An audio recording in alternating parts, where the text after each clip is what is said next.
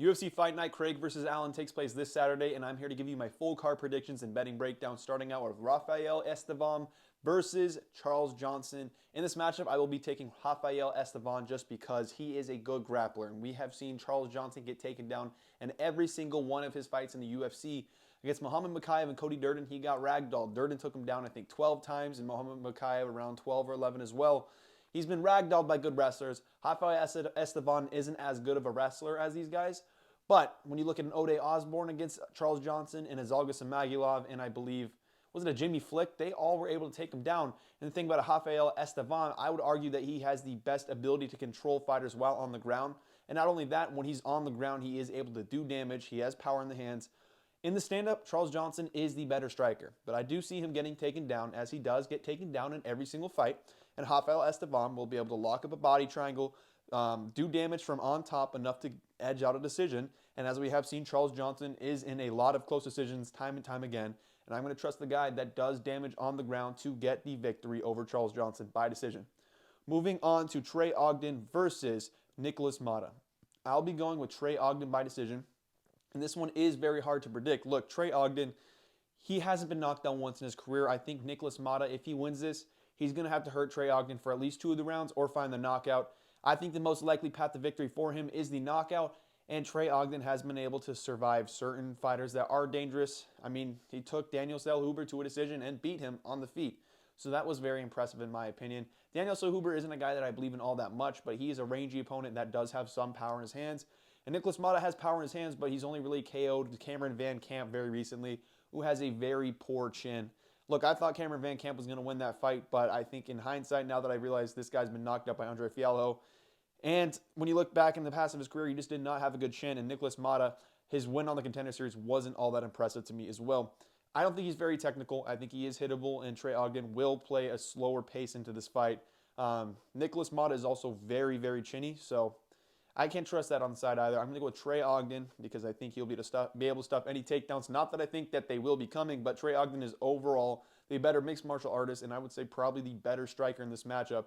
He will be able to keep this at range and win this by decision. Moving on to Lucie Pudilova versus Ailin Perez. I'm going to be going with Lucie Pudilova in this matchup because Lucie Pudilova is clearly the better striker, and I'm not very high on Ailin Perez's grappling, and that's the best part of her game. Look, she wrestles a lot. She takes down her opponents a lot, and in her most recent matchup, she fought an absolute cannon. I think that's why she was able to win that matchup, because I think she was fighting a 6-5 opponent. I'm not entirely sure of the name, but she took her down, controlled her, and won by decision.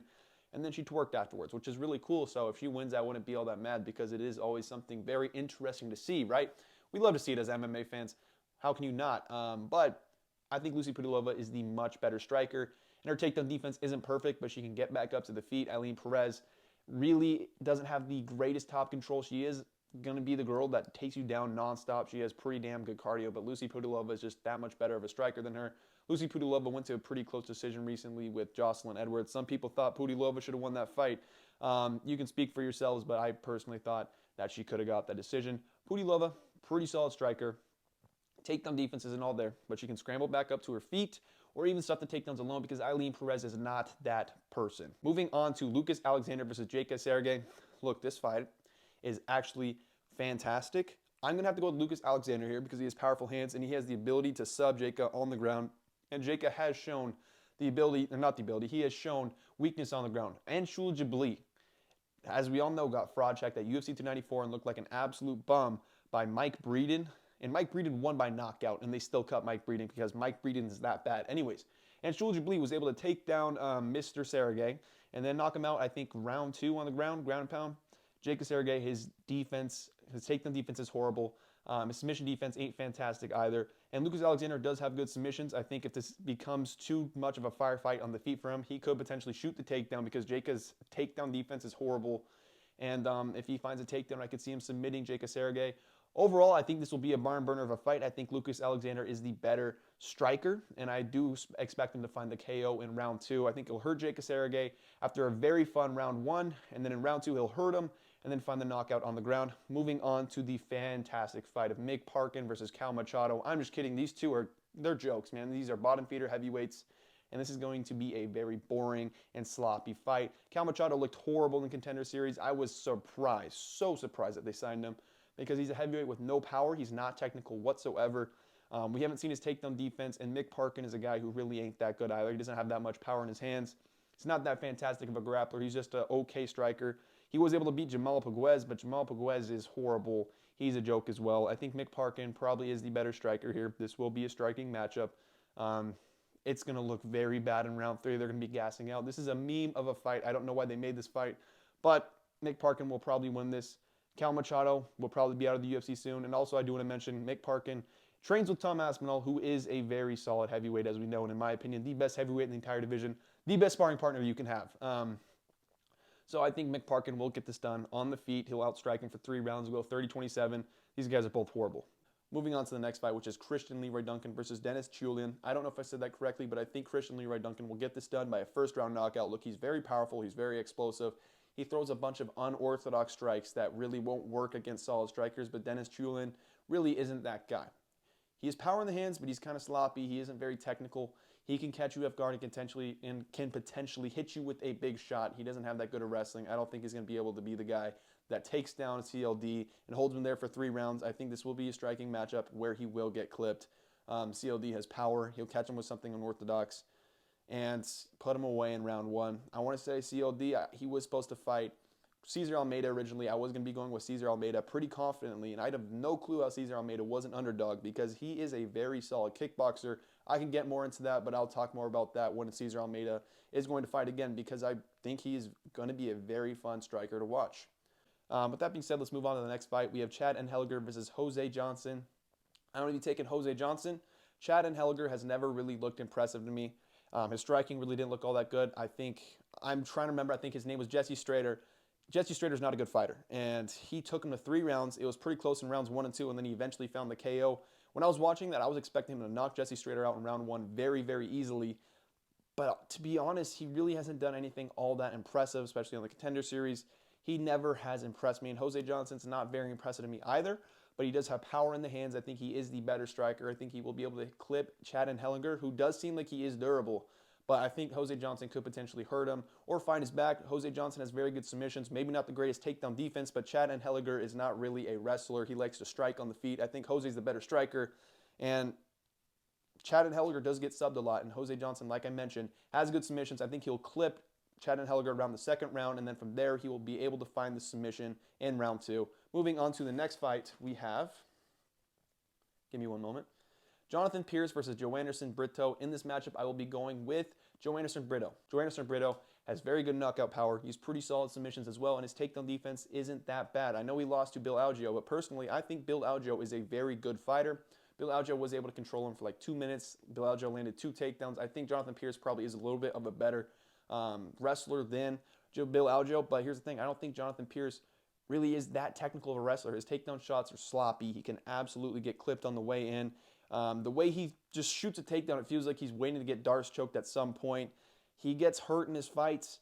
Joanderson Brito has power. He's super dangerous. He's young. He's improving. And Joanderson Brito's takedown defense hasn't been that bad throughout his career either. I'm picking Joanderson Brito by clipping him in the 1st round, as Jonathan Pearce has been knocked out before in the 1st round on the regional scene, I believe that was. Maybe it was in the UFC, but Jonathan Pearce has been hurt as well. Jonathan Pearce is hittable. His takedown entries really aren't something that I believe in. While he's fun to watch, I don't want to say fun to watch. He's got an interesting style, and he's fun to hear on the mic because he yells JSP, something very interesting. He seems like a cool, interesting dude, but he is hittable. Joanderson Brito will probably put his lights out. Whether it's a knockout, whether it's a submission, I'm expecting Joanderson Brito to find the finish here. Moving on to the next fight, we have Uros Medic versus Myktybek Orolbai. I'm going with Myktybek Orolbai. Look, Uros Medic, very good striker. I mean, he had a very impressive performance against Matthew Semelsberger, but he didn't really face a very hard stylistic matchup for him. Now, personally, I thought Matthew Semelsberger was going to beat him. I will tell you that 10 times out of 10. I thought Matthew Semelsberger could have chinned him, would have hurt him, when which he did. And Uros Medic has shown ability to get hit before, and he looked impressive in that fight. Don't get me wrong, but he did get hit, and he has shown holes in his game in the past against Jalen Turner. Jalen Turner's not a very good offensive wrestler. Jalen Turner took him down, controlled him for quite some time, and found the submission, I believe, in round 1. Maybe it was in round 2, but you should not be getting taken down by Jalen Turner and then submitted. Myktybek Orolbai has a pretty good ground game. He's an overall pretty solid mixed martial artist. His striking, it's not super crisp. He doesn't have insane power, but there is power there. There absolutely is. He is an undersized welterweight, which does scare me in this matchup, but Uros Medic, as we all know, started out the lightweight division and then moved up to the welterweight division, which is why I was expecting a guy like Matthew Semelsberger to beat him, which he had an impressive performance on the feet. I think he's the better striker, but I think Myktybek Orolbai will be able to take him down and probably find the submission in rounds 1 or 2, because you should not be getting taken down by Jalen Turner. There is a clear hole in his game there, and while he has had success on the feet, and I think he can absolutely spark Myktybek, I'm going to call him Myktybek, whatever it is. I mean, he's an interesting looking dude, and I kind of hope he is good because he's a Kyrgyzstan guy. Just the way that he looks, it will draw attention, and people will end up liking this guy. He actually could be somewhat of a star if he is a good fighter. But Myktybek Orolbai is a guy that I would like to see fight at lightweight because he is undersized. I think his last weigh-in, he was under 170 pounds as a welterweight. He really isn't massive, but neither is Uros Medic, and that's the only reason why I feel like I can pick him in this matchup. I'm not buying into the hype. I think overall he is a solid mixed martial artist. He mixes in the takedowns. He's not a slouch on the feet. Like, he's got power on the feet as well. And his submissions, you know, they're there as well. They're not fantastic, but he has skills. He has an overall game that I just don't trust Uros Medic to be able to deal with. But he could absolutely spark him and make him look like a joke on the feet, especially if he's able to stuff his takedowns, which I think is pretty likely considering the fact that Myktybek Orolbai is a smaller opponent. Moving on to Amanda Ribas versus Luana Pinheiro. I'm going with Amanda Ribas.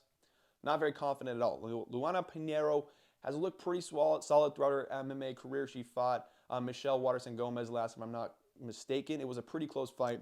She ended up winning it, but I got to pick Amanda Ribas here just because she has shown to be at a pretty solid level that Luana Pinheiro hasn't proven to be at yet. And Amanda Ribas, she has a pretty solid ground game of her own. She beat Verna Jandiroba recently, and there's another fighter I'm not naming, but she's coming off a knockout loss against Macy Barber, and that was up a division at flyweight. She's now moving back down to strawweight, which I do like for her because she isn't the biggest fighter, and she doesn't have the greatest chin, and when you're fighting the fighters at flyweight, they're going to be more likely to chin you. I know she's cutting down more weight, but it's not that massive of a weight cut for Amanda Ribas. She was never all that big at flyweight. I like her at strawweight. I think she will be able to stuff any takedowns, win on the feet, whatever it might be. I trust her to win this by decision because she is more of a veteran. And Luana Pinheiro, I mean, she beat Michelle Waterson-Gomez, but I don't really value that win super highly. I think Amanda Ribas has shown that she is a better overall mixed martial artist thus far. We're going to go with Amanda Ribas. Not very confident. I don't understand why she's such a big favorite. I think they should be very close, but we'll see how it goes. Moving on to the next fight, we have Payton Talbot versus Anheliger. I'm going to go with Payton Talbot here. I think he is being massively overrated, though. I'm going to go Payton Talbot round 2 KO. Look, he's got powerful hands, but he starts out very slow. Even on the Contender Series and against an opponent that I don't think was fantastic, he dropped the first round and then won the last 2. He's very quick, he's very athletic, he does have power in the hands, and he's super fun to watch. He's kind of flashy, but I want to mention this guy starts out slow, and he is very hittable, and against a guy with a lot of power, he can absolutely 100% get chinned. I think he'll have success eventually towards his prime, but after he fights Anheliger, whoever he fights next, if they are somewhat of a serviceable opponent, I might be picking over Payton Talbot because I think he's being massively overrated. A lot of people are saying this is one of the best fighters to come off of the Contender Series this season. I would disagree. I would say he's probably not even top 10. Maybe around there. Maybe he'll be very good by the time he hits his prime. But right now, I'm not a big believer in Payton Talbot. But stylistically, this should be a striking matchup, and he should be able to outstrike Anheliger. I was thinking picking him round 1 KO, but he does take a while to get started. Don't be surprised if Anheliger has a lot of, has a lot of success in round 1, and then rounds 2 and 3, he finds a lot of success. I'm going with a round 2 KO. I can see submission as well. Payton Talbot has good submissions. His wrestling defense seems, it seems serviceable. It's probably not the best of the best, but we're going Payton Talbot, round 2 KO. He should not be a minus 800 favorite, probably a minus 300 favorite if I'm being completely unbiased, maybe even less than that. I would ask you guys to go and watch Payton Talbot's Contender Series fight again. Just watch and tell me I'm not tripping because he gets hit, he starts out slow. He wasn't all that in round 1, and there was a lot of hype coming into that fight that he was going to be able to go out there and smoke this guy. He's one of the better, more fun guys to watch. And then I watched him, and I'm like, look, he's good. He's got talent, but he needs a lot of work. He's very young, pretty green MMA. He will continue to improve, but as it is right now, I'm not super high on him, especially not as a minus 800 favorite. Moving on to the next fight, we have Jordan Levitt versus Chase Hooper. In this matchup, I'll be taking Jordan Levitt by decision. I think he's the better overall mixed martial artist. I think Chase Hooper probably is the better striker, and if Chase Hooper can stuff the takedowns, he probably will be able to outstrike Jordan Levitt to a decision. But I think Jordan Levitt's striking has improved enough to where he can mix in the takedowns and really give Chase Hooper something to worry about on the feet, to the point where he can sneak in some takedowns, or maybe he just gets the takedowns outright. I think Jordan Levitt is the better overall mixed martial artist. He looked pretty good in his last fight where he KO'd, I believe it was Vince Morales in the first round. He trains out of a very good gym at Extreme Couture, has some very knowledgeable coaches over there. We always see him on Sean Strickland's story, something like that. Jordan Levitt has managed to fight the only fighter he might be more athletic, I'll say has more testosterone and is more of a man than, and that's Chase Hooper. This is not a very athletic matchup, I'll tell you that much, but it is kind of interesting because the guys are both memes. Chase Hooper looks like a descendant of Ben Askren, and Jordan Levitt is a guy that likes to shake his ass after he wins. So, but he's actually married. Something very interesting is he might pull out of this fight because he has a baby coming in very soon. That doesn't matter. We're here to talk about the predictions. Getting back to that, I think Jordan Levitt striking, he could touch Chase Hooper up on the feet and then shoot in on a couple takedowns, and I think we'll see him probably win 2 out of the 3 rounds just by working in some takedowns, doing some damage on the feet. We'll see Chase Hooper probably have some success in one of the earlier rounds, but Jordan Levitt, as the fight keeps on going, I do see him working in the takedowns, getting the striking going, and edging out a decision by 29-28. I'm taking him as a 2-1 dog here. I think that's kind of surprising that he is the underdog, considering Chase Hooper really hasn't beaten anyone that has been very hard of a stylistic matchup for him, and Chase Hooper is extremely young and is still going through puberty, I guess. Maybe he'll never touch it. We'll see. Moving on to the next fighter, we have Jake Matthews versus Michael Morales. I'll be taking Jake Matthews by decision here. I know a lot of people are on the Michael Morales side. I watched the Michael Morales tape, and I see this guy.